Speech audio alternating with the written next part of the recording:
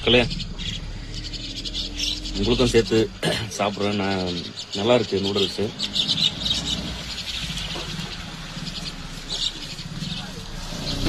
இப்படி ஒரு கிளைமேட்ல இப்படி ஒரு இடத்துல ஒரு சூடான நூடுல்ஸ், எக் நூடுல்ஸ் சாப்பிட்டு வேற லெவல் ஃபீல்ல. வர வழியில் நிறைய காட்டு எருமை பார்த்தேன்.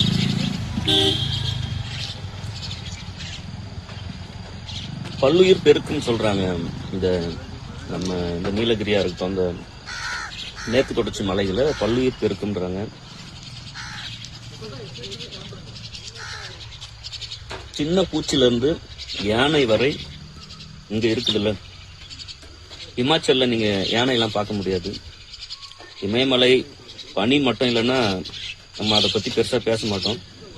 ஆனா நம்ம தமிழ்நாட்டில் இருக்கக்கூடிய கேரளா மேற்கு தொடர்ச்சி மலைகள் முழுவதும் அழகின் உச்சம்.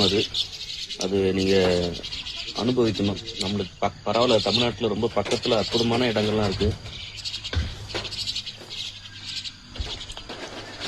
நம்ம இலக்கியங்கள்ல, தமிழ் இலக்கியங்கள்ல நம்ம மலையில இருக்கக்கூடிய மூலிகைகள் எல்லாமே பேசப்பட்டிருக்கு. குறிப்பா வேல்பாரின்ற ஒரு நாவல்ல ஒரு ஐயா சு வெங்கடேசன் ஐயா நிறைய பதிவு பண்ணியிருப்பாங்க. இங்க நிறைய இந்த முடவாட்டுக்கால் கிழங்குலாம் நீங்களாம் சாப்பிட்ருக்கீங்களான்னு தெரியல. அந்த சூப்பு உடம்புக்கு அவ்வளோ நன்மை.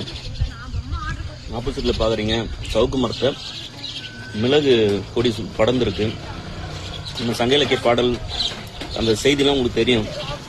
அந்த மிளகு படர்ந்த அந்த கொடியில குரங்கு பல வகை பழங்களுடைய கலவையை குடிச்ச மயக்கத்துல அந்த குரங்கு ஏறி அது மயங்கிய நிலை நம்ம சங்க இலக்கிய பாடல்ல இருக்கு.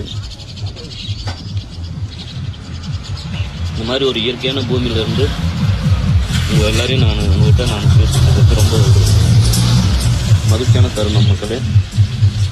உங்களுக்காக இந்த வியூ பாருங்க.